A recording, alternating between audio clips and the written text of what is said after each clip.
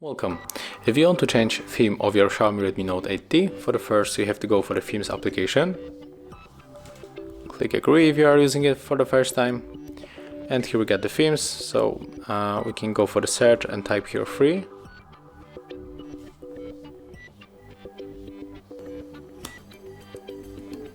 Okay, and I think that we can say take maybe this one. So click here and tap apply right now. So right now we can check our new theme when we go for the home screen. And as you can see, here it is. So that's how we can change it. Thank you guys for watching. Leave thumbs ups, comments and subscribe to our channel.